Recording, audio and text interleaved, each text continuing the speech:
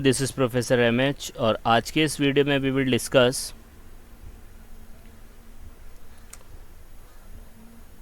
TYBAF indirect taxes semester 6 April 2023 में question पूछा गया था। Question number 4B2 competition of custom duty Krishna limited करके था 7 मार्क के लिए। तो ये क्वेश्चन को कैसे सॉल्व करना है with revision with overall grip कि भाई कोई भी टॉपिक हम लोग ने जो ये लेक्चर सीरीज स्टार्ट किया है इसमें एक यूनिकनेस है कि आपको जो भी टाइप का क्वेश्चन आएगा कोई भी टाइप का तो पहले उसका पूरा रिवीजन होगा, ठीक है। रिवीजन होने के बाद फिर उसका प्रैक्टिकल क्वेश्चन करेंगे। तो आपका इसके सेपरेट वीडियो भी है, आप वो भी देख सकते हैं, लेकिन आपने अगर प्रैक्टिकल क्वेश्चन भी देख लिया तो भी आपका कॉन्सेप्ट क्लियर हो जाएगा। तो रिवीजन होगा एक बार, तो जिससे आपको पूरा जो भी ब्रशअप हो जाएगी चीज़ें तो आप उसको अच्छे से सॉल्व कर पाएंगे। तो क्वेश्चन क्या है पहले वो देख लेते हैं, उसके बाद देखेंगे इसको सॉल्व कैसे करना है विद रिवीजन। क्वेश्चन दिया है Krishna limited is a manufacturer has exported the following goods to Brazil. ये इंडिया का बंदा है, ब्राज़ील के अंदर वो एक्सपोर्ट कर रहा है। You are required to calculate the duty on this based on information given below. तो ये क्वेश्चन एक्चुअल में ड्रॉबैक का है, कस्टम ड्यूटी ड्रॉबैक है ये, ठीक है, ड्रॉबैक का क्वेश्चन है ये। तो इसको हम लोग चेंज कर लेते हैं,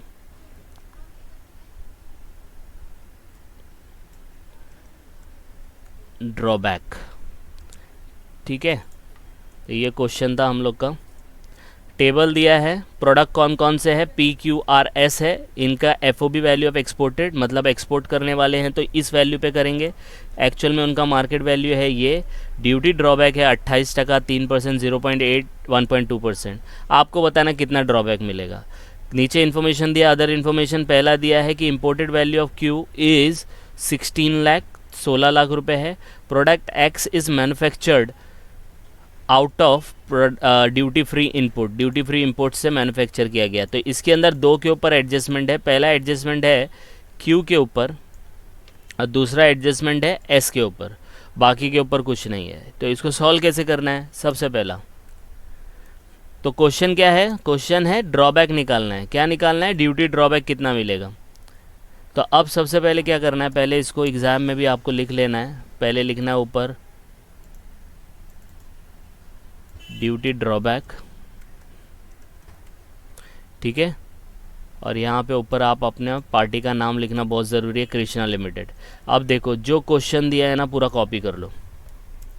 देखो PQRS ये अमाउंट, ये अमाउंट, ये अमाउंट, देखो कर लिया, बराबर है। अब क्या करना है, अब देखो इसको सॉल्व कैसे करना पड़ेगा आपको। तो सॉल्व करने के लिए सबसे पहले इसका थ्योरी पता होना चाहिए, ठीक है। तो थ्योरी क्या दी गई है इसकी, देखो मैंने नीचे कॉपी किया है।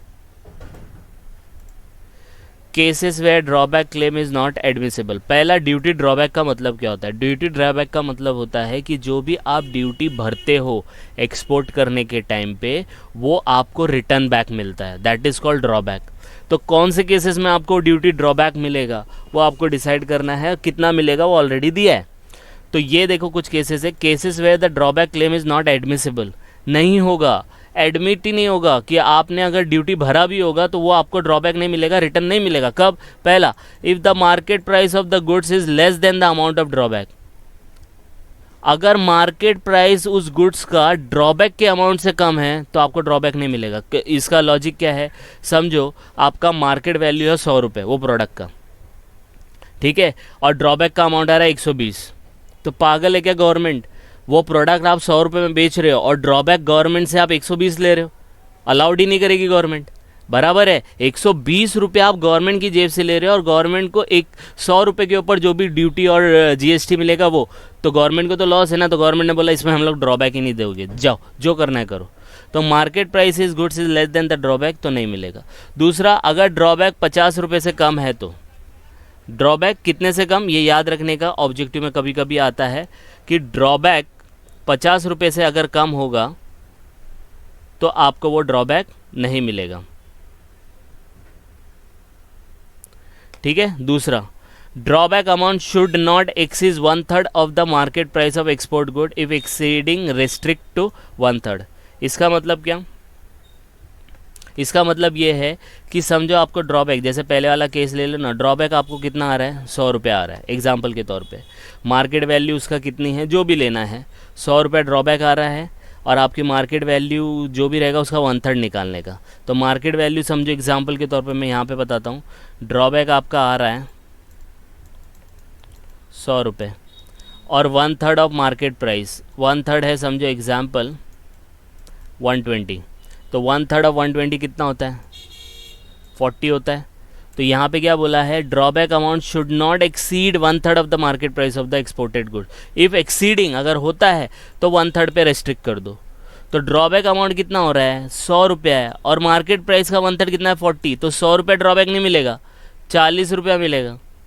तो जब भी ड्रॉबैक निकालेंगे तो ये केस भी देखना है कि उसका 1/3 ले लो मार्केट प्राइस का, अगर वो 1/3 के नीचे है तो ले लो, 1/3 के ऊपर है तो 1/3 लेने का।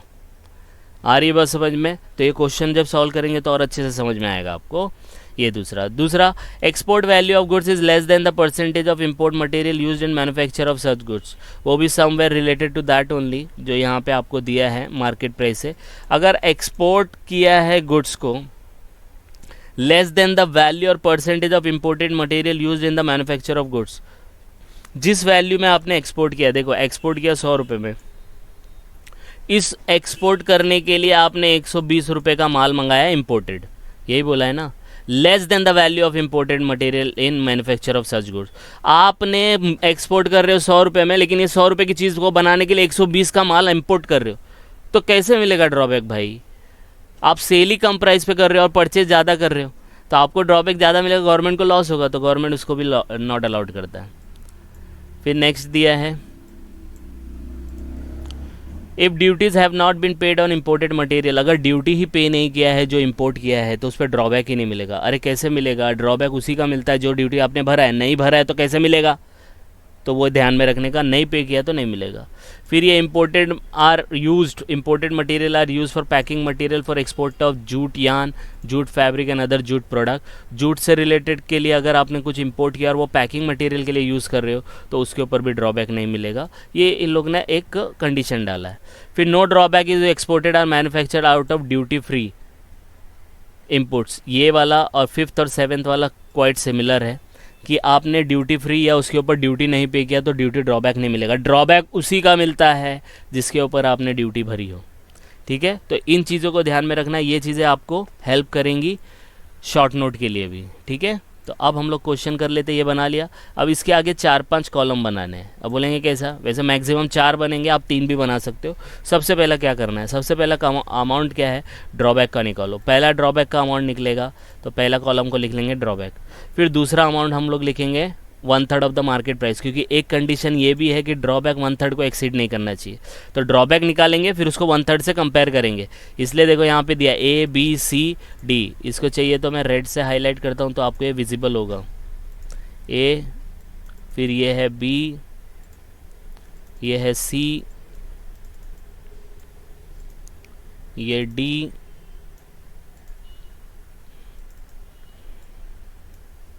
बराबर है। फिर इसमें ड्रॉबैक मिलेगा, एलिजिबिलिटी येस और नो वो आपको देखना है, और लास्ट में एडमिसिबल ड्रॉबैक अमाउंट लिख देना है। ठीक है, अब देखो कैसे करना है। सबसे पहला एक्सपोर्ट कितने पे कर रहा है, 8,70,000, मार्केट वैल्यू कितने, 7,20,000, मतलब मार्केट में कम है, एक्सपोर्ट ज़्यादा पे कर रहे हैं ना, गवर्नमेंट खुश हो गया, हाँ ठीक है 7,20,000 की चीज़ 8,70,000 में बेच रहा है, भेज। तो कितना ड्रॉबैक मिलेगा, 28%, तो 28% ऑफ FOB, तो FOB कितना दिया, 8,70,000 का कितना 28,000, कितना आता है 28%, सॉरी, तो 24,000, 3,600, 2,43,600 बराबर है। अब इसका 1/3 भी निकालेंगे तो मार्केट प्राइस कितना है, 7,20,000, 7,20,000 का आप 1/3 निकालो, तो 7,20,000 का 1/3 निकालेंगे आप तो आएगा 2,40,000। तो यहाँ पे दिया है ना, should not exceed 1/3 of the market price, तो शुड नॉट ड्रॉबैक मिलना कितना चाहिए था, 2,43,600, लेकिन मार्केट प्राइस का 1/3 कितना है, 2,40,000, तो 2,40,000 नहीं, 2,40,000 तक मिलेगा। यस, एलिजिबिलिटी है, मिलेगा, लेकिन ड्रॉबैक अमाउंट इतना नहीं मिलेगा,